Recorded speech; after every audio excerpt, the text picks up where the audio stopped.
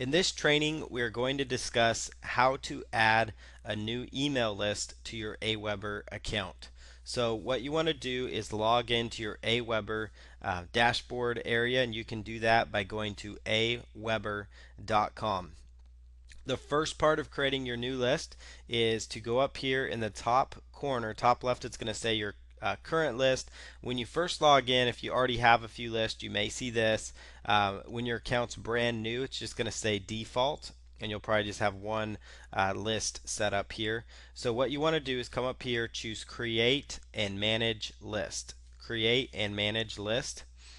And then what you want to do is select create a new list right here. Create a new list. And under create a new list, you're going to come up with your list name.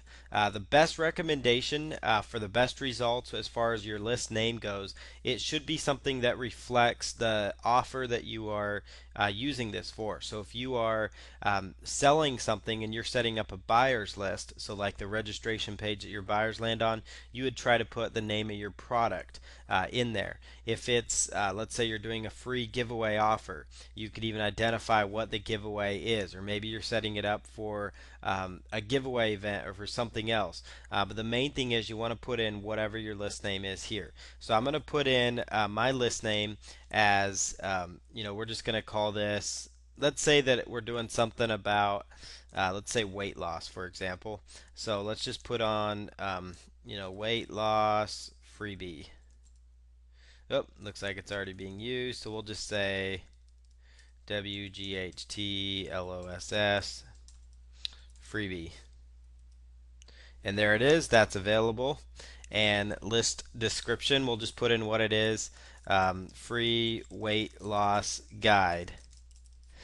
As far as a from name, we'll put in, of course you want to put in your name here. And then like your website. So I'm just putting in a sample like weight loss website. And then your contact address, you could of course make sure that's accurate. And then we'll come down here, item number 2 in this list, it says notifications. You don't necessarily want to do this just because it'll inundate your email inbox, but every time a new subscriber is added, you could actually set this up to notify you. That's completely up to you. I usually skip that part. So the most important part is the basic information. Put in the list name, help it identify what it is you're promoting. Put in list description, put the from name, which is going to be your name, and then the address, or you could do your business or website name. Then simply choose save settings. Save settings. The next thing that it's going to take you to is to personalize your list. Personalize your list. This is where you can actually put in like your company name, your website name. So I'm just going to put in like my website name, for example. And then you can put in your URL. What this does, this is actually going to end up being the offer that they end up landing on if they decide to unsubscribe. It'll kind of remind them who you are. That's what would go in here. The next thing that you have here is you have your email signature. You have your email signature. And so what you want to do here under email signature is put in whatever it is you want below it. So you could put follow me on Twitter, and then put your Twitter handle there, your ID, follow me on Facebook, and then you can put your Facebook page here. This way your and then your blog, you can put your blog link here. You don't have to have an email signature, but basically if you do, this would actually appear below every single email you send. Another good usage of this space is not only to get people to follow you on Twitter and Facebook and other social media properties, but also send them back to your blog if you have it. It's a good way to get ongoing traffic, especially if you're sending out to your list frequently.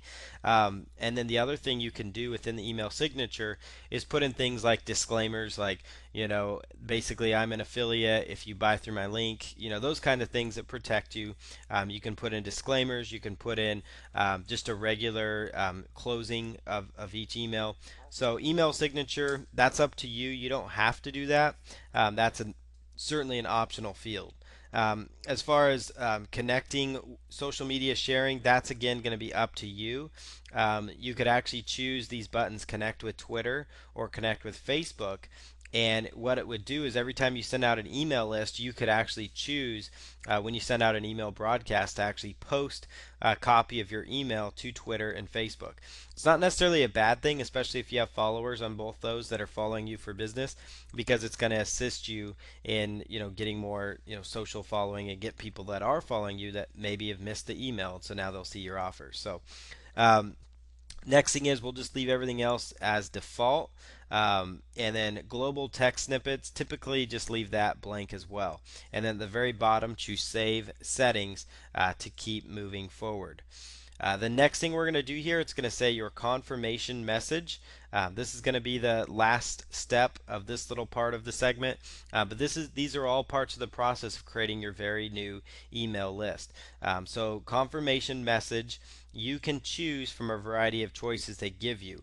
Probably one of the best choices is response required. Confirm your subscription. Most of the time you don't want to use that one. Typically the response required is a good one to go with.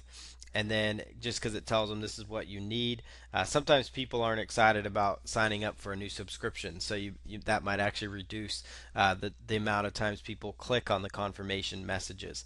When I say confirmation message, this you're probably familiar to getting these, especially if you're watching this video. It means whenever you sign up to somebody's email, they send out a message that says, thank you for your interest. Please click this link to confirm your interest. So right in here, I typically try to customize this a little bit. So I'll do like, thank you for signing up for the free weight loss and fitness guide, or I'll tell them basically whatever it is I'm offering. Please click on the confirmation link below to claim your free offer. And then, of course, this part you can't change. So again, I always try to edit the intro. And then as far as the custom closing, I would put thank you, comma, and then put your name in there. And then option 2 here, it's going to say require opt-in on web form. Most of the time, especially if you're putting this on your blog and other places on the internet, especially like squeeze pages, where it's going to be getting quite a bit of traffic over time. I try to keep it on. It's probably a better filtering system, because if you have it off, that means anybody could come in there and start spamming your form and fill it up with hundreds of fake email addresses and stuff like that.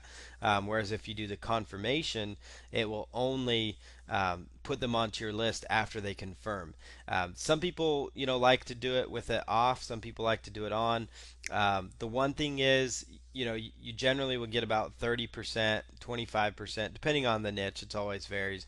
That may not confirm, but you can also look at it as, hey, I'm getting the 75-80% of the action takers because they actually click confirm, and if they're not willing to confirm, they're probably not going to be willing to buy.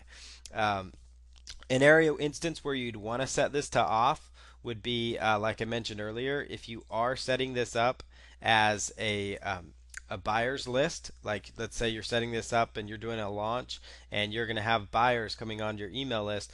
I typically would set it to off. That way they're instantly going to get their download link set to their email, and they're buyers, so they're very, they're definitely interested. So that's a good instance to turn it off. But for now, we'll just turn it right back on here. success page.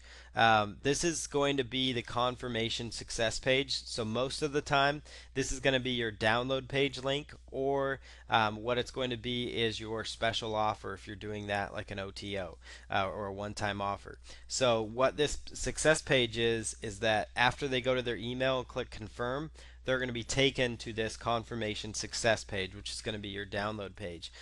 So before this process, you may want to already have your download page link set up already, but you don't have to because you can always come back and edit this.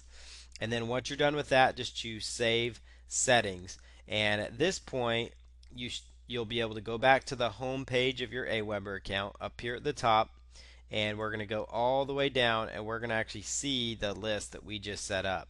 So here we go. Weight loss freebie is already set up and ready to go. So that in a nutshell is how you go about setting up your very first Aweber list. And then once you're done, just double check it. So in the next video, we'll show you how to do further setup, but that's the most basic part of creating and getting your